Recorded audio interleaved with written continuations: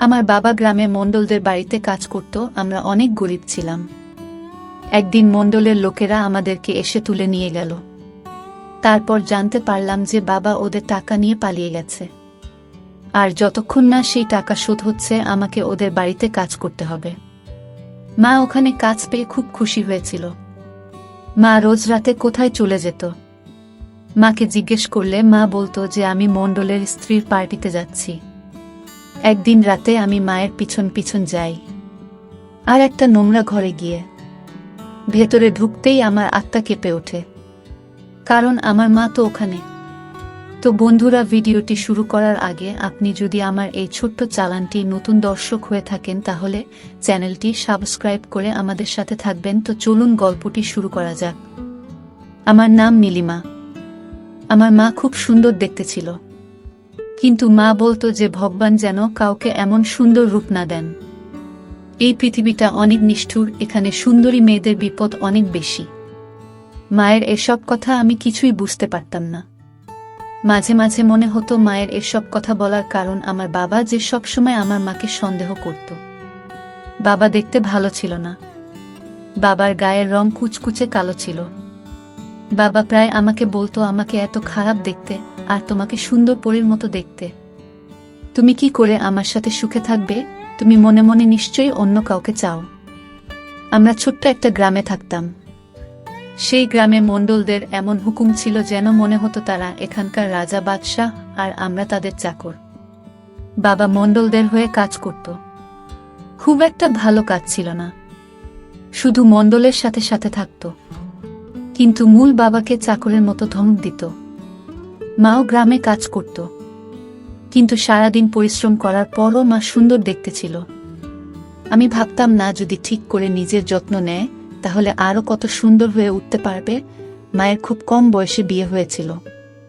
মায়ের বয়স এখনো 30 বছর হয়নি, আর আমার বয়স 50 বছর হয়ে গেছে। একদিন মা আর বাবার মধ্যে খুব ঝগড়া হয়। বাবা মাকে জিজ্ঞেস করে, তুমি মণ্ডলদের বাড়িতে কেন গিয়েছিলেন? মা বলে, আমি ওখানে জিনিসপত্র দিতে গিয়েছিলাম, এর জন্য আমাকে পয়সা দেওয়া হয়েছে। বাবা সেই টাকাটা ছুঁড়ে ফেলে দেয় আর বলে, তোমার ওখানে যাওয়ার কোনো প্রয়োজন নেই। এরকম টাকা আমি চাই না। আমি চাই না অন্য কোনো পুরুষ মানুষের নজর তোমার উপর পড়ুক। তুমি শুধু আমার। তুমি যে খেতে কাজ করতে যায় সেখানে শুধু মহিলারা কাজ করে, তাই আমি তোমাকে ওখানে যেতে দিই। আমি চাই না তুমি কাজের জন্য ছেলেদের আশেপাশে ঘোরাঘুরি করে। মা আমাকে বলতো, তোর বাবার খুব খারাপ মানসিকতা।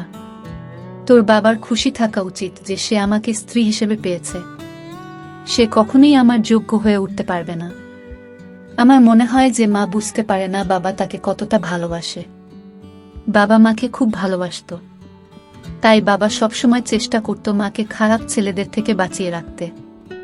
বাবা কাউকে মায়ের দিকে তাকাতে দিত না, আর মাকেও কারো দিকে তাকাতে দিত না। মা বাবার এই ভালোবাসাটাকে সন্দেহ মনে করত। মা বাবাকে কোনোদিন মন থেকে ভালোবাসতে পারেনি। রাতে কোনোদিন বাবা বাড়ি না ফিরলে মা খুব খুশি হতো। মা বলতো, ভালো হয়েছে আজ তোর বাবা বাড়ি ফেরেনি। আজ রাতে কেউ আর আমাকে বিরক্ত করবেন না। একদিন একটা বড় সমস্যা হয়।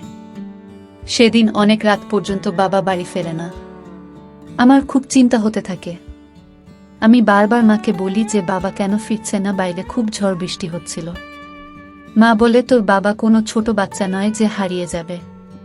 হয়তো বৃষ্টির কারণে কোথাও আটকে গিয়ে কোথাও আশ্রয় নিয়েছে। বৃষ্টি থামলেই তোর বাবা ফিরে আসবে।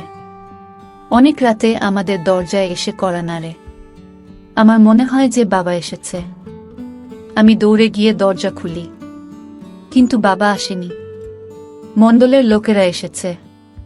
তারা বাড়ির ভেতরে ঢুকে জোর করে আমাদের দুজনকে তাদের সাথে নিয়ে যায়। মা খুব চেঁচামেচি করে। আমি বারবার তাদের জিজ্ঞেস করি যে আমাদের কোথায় নিয়ে যাচ্ছ।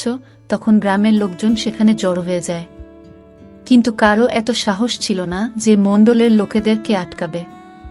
তারাও আমার মতো জিজ্ঞেস করে যে আমাদেরকে ওরা কোথায় নিয়ে যাচ্ছে।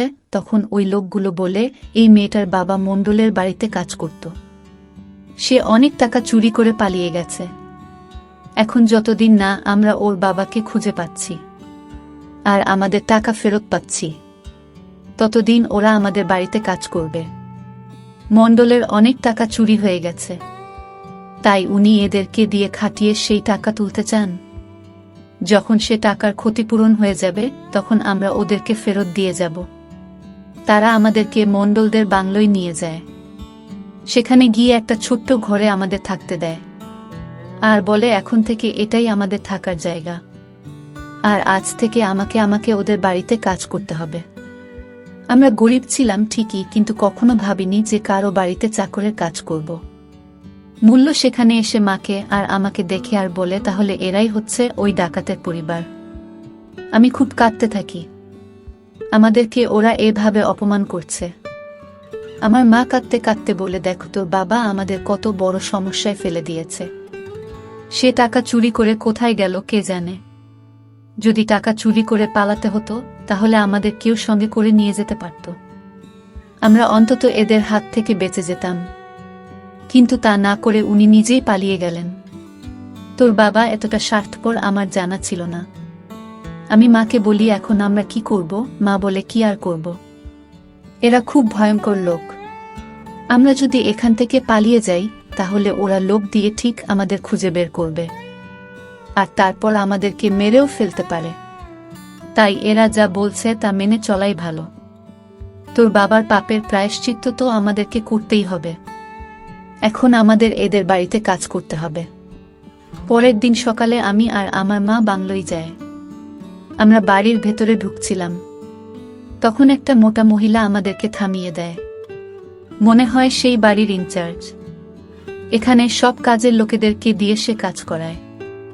এই মহিলা মাকে বলে, তোমার কাজ বাড়ির ভিতরে, তুমি রান্নাঘরে কাজ করবে, বাড়ির সবার জন্য খাবার বানাবে। শুনেছি তুমি খুব ভালো রান্না করতে পারো। আর আমাকে বলে, তোমার কাজ বাড়ির বাইরে, তুমি ড্রয়িং রুম পরিষ্কার করবে আর আশেপাশে যে সব বাগান আছে সেখানে কাজ করবে। তখন মা বলে, দয়া করে ওকে কোনো সহজ কাজ দেবেন, বেশি কঠিন কাজও করতে পারবে না।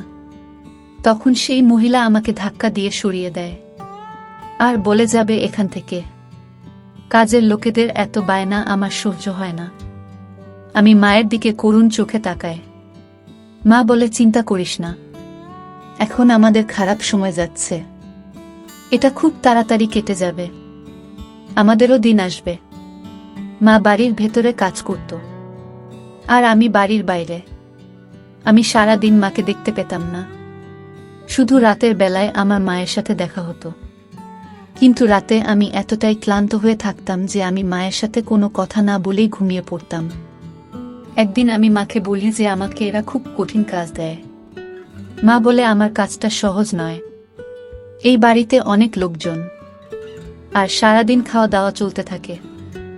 সারাদিন আমাকে উনুনের সামনে বসে রান্না করতে হয়, আমার খুব কষ্ট হয়। মাকে রান্নাঘরে কাজ করতে হতো আর আমাকে বাইরে রোদে কাজ করতে হতো। আমার বাবার কথা খুব মনে পড়তো আর বাবার উপর রাগও হতো।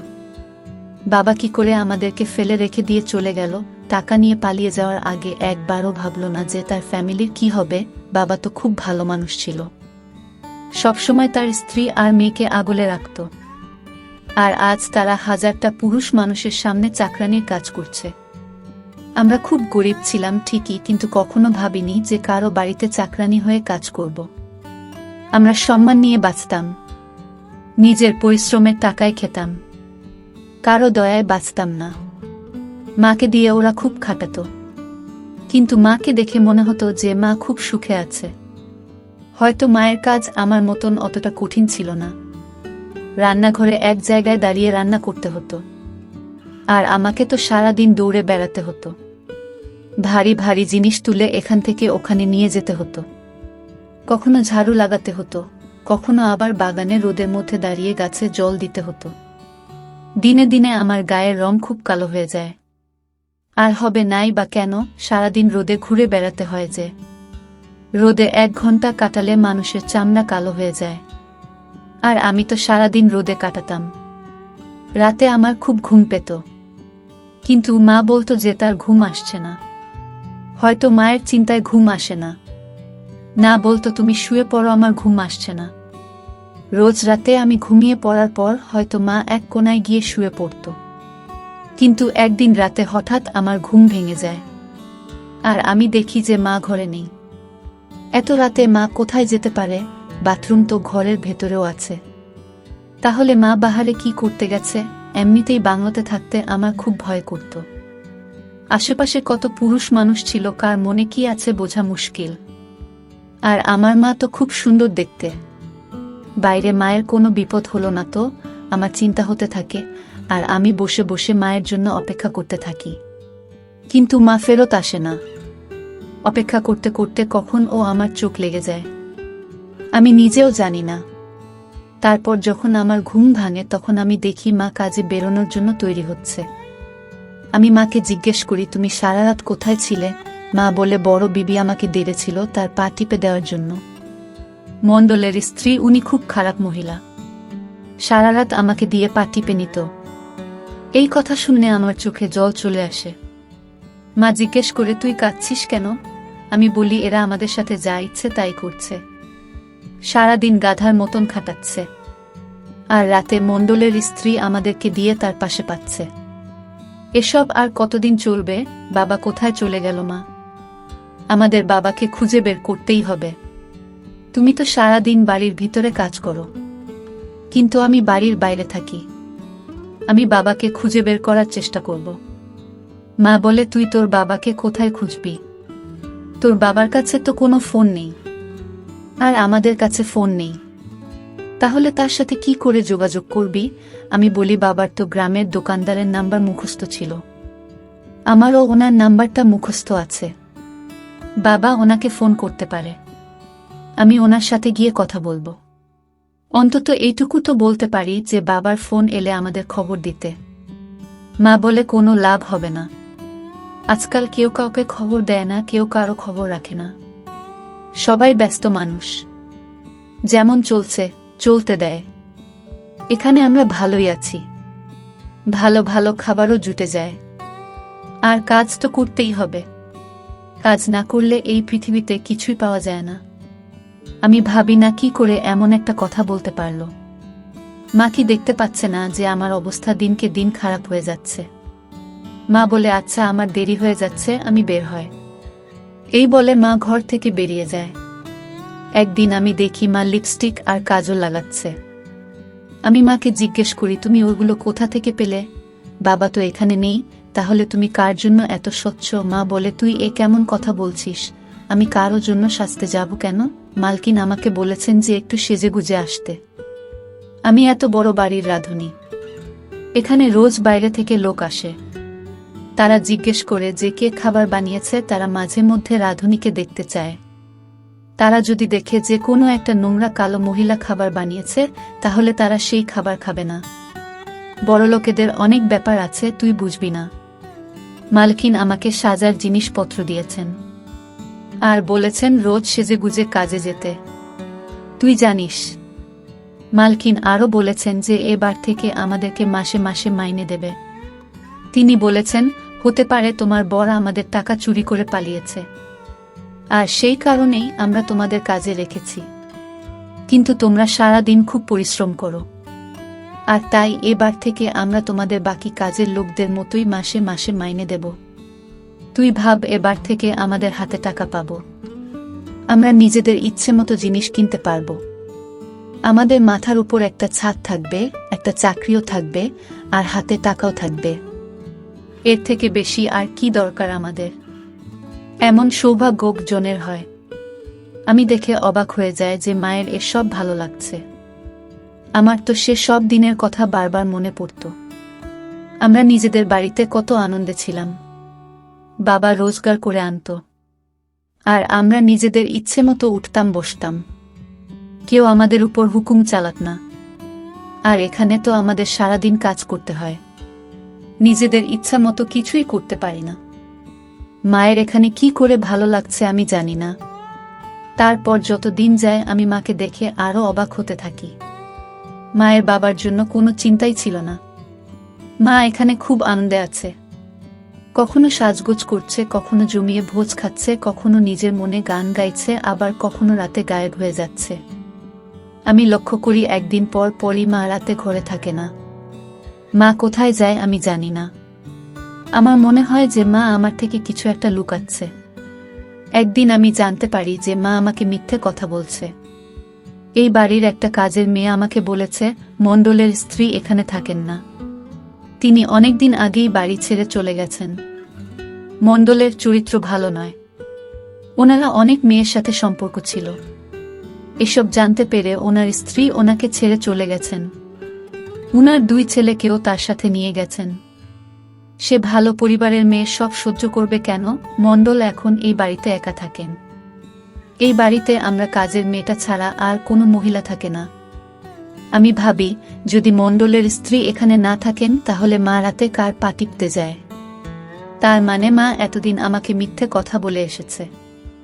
আমি জানি মানুষ মিথ্যে কথা তখনই বলে যখন সে কোনো ভুল কাজ করে।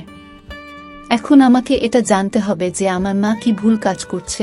সারাদিন কাজ করে রাতে আমি এত ক্লান্ত হয়ে থাকতাম যে আমি ঘুমিয়ে পড়তাম, আর মা কি করছে কিছুই দেখতে পেতাম না। একদিন আমি ঠিক করি যে আমি মায়ের পিছু নেব। এই বাড়ির মালিক দাদা খুব ভালো ছিল। একদিন আমি তাকে গিয়ে বললাম যে আজকে আমার শরীরটা ভালো নেই, আমি কাজ করতে পারবো না। মালি দাদা বলে এসব তোমার করার মতো কাজও নয়, তুমি যাও গিয়ে বিশ্রাম করো। আমি বলে দেব যে তুমি তোমার কাজ করে দিয়েছ। আমি সারাদিন বিশ্রাম করি যাতে আমি রাতে জেগে থাকতে পারি আর মায়ের পিছু নিতে পারি। মা যখন ঘরে আসে তখন আমি আগে থেকেই শুয়ে পড়েছিলাম আর আমি ঘুমানোর ভান করি। মা এসে তৈরি হতে শুরু করে। আমি মাকে দেখছিলাম কিন্তু মা ভাবে যে আমি ঘুমোচ্ছি। মা যখন তৈরি হয়ে ঘর থেকে বের হয় তখন আমি আস্তে আস্তে উঠে মায়ের পিছনে পিছনে যেতে থাকি। আমি এমনভাবে যাতে মা বুঝতে না পারে। আমি দেখি মা স্টোর রুমের দিকে যাচ্ছে, যেখানে বাড়ির সব জিনিসপত্র রাখা থাকে। আমি ভাবি মায়ের এত রাতে স্টোর রুমে কি কাজ থাকতে পারে। আমি দেখি মা স্টোর রুমের ভেতরে ঢুকে যায়। আমিও মায়ের পেছন পেছন সেখানে ঢুকে একটা আলমারির পিছনে লুকিয়ে পড়ি। আমি দেখি মা একটা বড় পর্দা সরাই আর পর্দার পিছনে আমার বাবা বসে আছে। এটা দেখে আমার আত্মা কেঁপে ওঠে। বাবাকে দড়ি দিয়ে বেঁধে রাখা হয়েছে। মা বলে, বলো তো আমাকে কেমন দেখাচ্ছে? আমি যাচ্ছি মণ্ডলের কাছে। সে আমাকে বিয়ে করে নিয়েছে, আমি তার সাথে সুখে থাকব। তুমি আমাকে কোনোদিন সুখ দিতে পারোনি, তুমি এখানে বাধা থাকো। তো বন্ধুরা, ভিডিও মাঝখানে একটা কথা বলতে চাই। আমি আপনাদের সর্বদা হাসি খুশি রাখার জন্য খুব কষ্ট করে ভিডিও বানাই। তাই আপনাদের কাছে অনুরোধ থাকবে অবশ্যই ভিডিওটি দেখে একটি লাইক করবেন এবং এই চ্যানেলটি সাবস্ক্রাইব করে পাশে থাকবেন। তো বন্ধুরা, তারপর বাবা বলে, তুই একবার আমাকে খুলে দে, তারপর দেখ আমি তোকে আর মণ্ডল দুজনকেই মেরে ফেলব। তুই কত বড় বেঈমান, আমি তোর জন্য কি না করেছি। আর তুই আমাকে গ্রামের লোকেদের কাছে চোর সাজিয়ে আমার বদনাম করে দিয়েছিস। মণ্ডলের লোকেরা আমাকে তুলে নিয়ে এসে এখানে বেঁধে রেখেছে, আর এখন তো কে বিয়ে করে ফুর্তি করছে। আমি তোদের দুজনকেই প্রাণে মেরে ফেলব। মা বলে, মণ্ডল চাইলে তোমাকে 2 মিনিটে শেষ করে দিতে পারত, কিন্তু আমি ওনাকে আটকেছি। আমি বলেছি তোমাকে বন্দি করে রাখতে, কারণ তুমি যেই হও আমার মেয়ের বাবা। বাবা আহত বাঘের মতো ছটফট করছিল। আমার তখনও বিশ্বাস হচ্ছিল না যে বাবার সাথে এসব কিছু না করেছে, তাকে বদনাম করে এভাবে আটকে রেখেছে, আর নিজে মণ্ডলকে বিয়ে করেছে। মা ওই বাড়িতে রান্না করতে যেত না, বরং মণ্ডলের সাথে সময় কাটাতে যেত। মা বাবাকে বলে, তুমি কখনোই আমার যোগ্য ছিলেন না, তুমি আমার সাথে অনেক ফুর্তি করে নিয়েছ, এখন তুমি এভাবে জীবন কাটাবে। তোমাকে এই অবস্থায় দেখে আমার বেশ ভালো লাগে। মা ওখান থেকে চলে যায়। আমি আমার চোখের জল মুছে বাবার কাছে যাই। বাবা আমাকে দেখে অবাক হয়ে যায়। আমি কাঁদতে কাঁদতে বাবাকে সব কথা বলি। আমি বাবার বাঁধন খুলে দিই। পাশে একটা কুডোল পড়েছিল। বাবা সেটাকে তুলে বলে, আজ আমি ওদের দুজনকে ছাড়ব না। আজ ওদের আমার হাত থেকে কেউ বাঁচাতে পারবে না। কিন্তু আমি বাবাকে আটকে দিই আর বলি, বাবা তুমি এটা করতে পারো না, তুমি আমাকে প্রাণে মেরে ফেলতে পারো না। আমি জানি সে তোমার সাথে অন্যায় করেছে।